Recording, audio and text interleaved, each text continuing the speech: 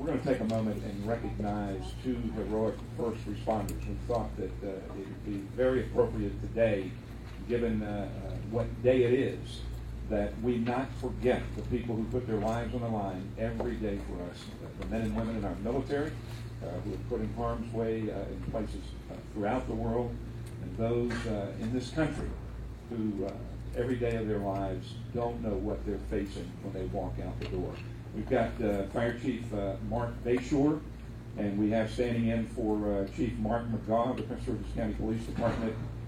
We have Craig Howard, who is the acting assistant chief, and we're going to ask both of them to come forward, join the county executive, and Chairman Mitchell and I. The chiefs are going to give a brief narrative of what these two individuals have done, and then we're going to present them with appropriate recognition. So, just to make sure we share the love with the public schools here, I am a Bowie High School. So there are other jurisdictions besides Suitland and Bladensburg. I heard it all, and I heard it Stratsville. There you go. Okay.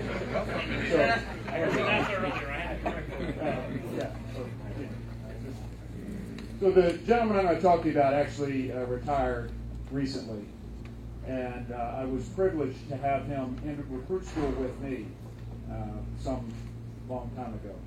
And I want to set the stage for you real brief. It's January 4th, 10 o'clock in the morning.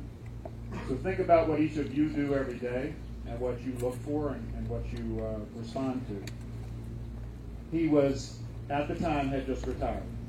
He was out in the community in South Bowie, thank you, being of Bowie, and saw smoke. Just about the same time that he saw smoke, 911 began receiving calls for a house fire.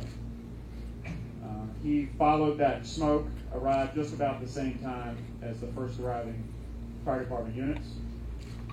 Those units were laying the hose and doing all the things. You know, everybody always thinks we take forever to set up and you've got to lay hose on the street and do all those things. While they did that, he did a 360 around the house, which is something that we do. When he did that 360, in the backyard he found a black lab that was frantic, unusually frantic. And the black lab was running back and forth from him to the door, back to him, to the door, back to him, to the door. So he followed the dog to the door. And in the house, which was burning, he could see through the smoke a lady on her knees, unable to go any further. He forced entry into that back door, and I'm shortening up the story for you. He forced entry into that back door, reached the lady, and was able to pull her out, even though she already had suffered second-degree burns and smoke inhalation and was clearly on her way to an early death.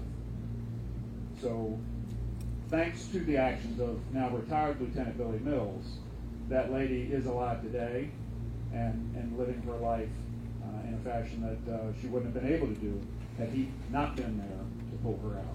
So, retired Lieutenant Billy Mills.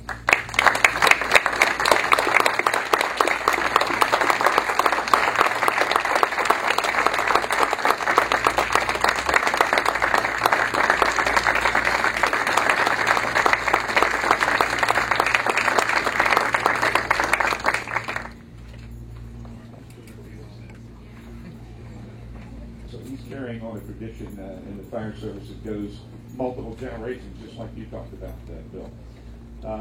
Chief? Good afternoon, everyone. First, I can say hello to Mr. Baker, Mr. Seaman, my bosses, and to the Prince George's County. Chief, we already talked. The Greater Prince George's County Business Roundtable for having me here today.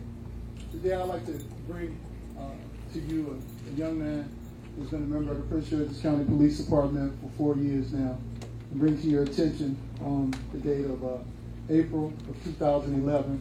He was out doing his job, patrolling the Sheriff Road, Landover area, over by William Packer Middle School, and he observed 3 people standing behind the school acting suspiciously.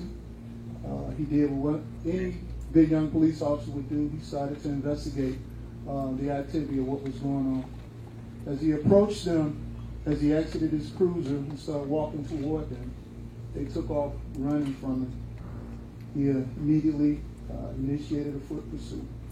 He caught up with one of the 3 young men, And as he was giving this young man verbal commands to stop, to cease, stop, the guy started to fight with him. Officer Garrett immediately, after giving him verbal commands, noticed that the young man was reaching into his waistband and was trying to pull out a handgun. He went for his taser to try to stop him. Didn't have enough time.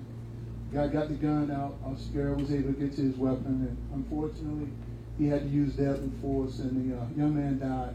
But he recovered the gun.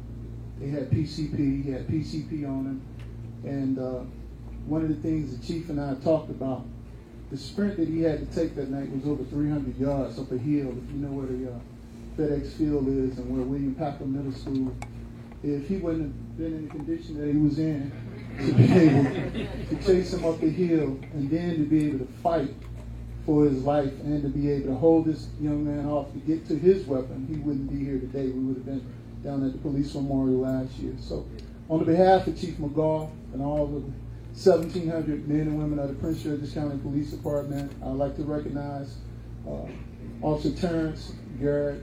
And I'd just like to also let you know that on Monday he was also recognized by the Maryland Chiefs of Police and Sheriff's Association down in Ocean City for the Officer of the Year for the state of Maryland, representing with the Valor Award. So now, Officer Garrett.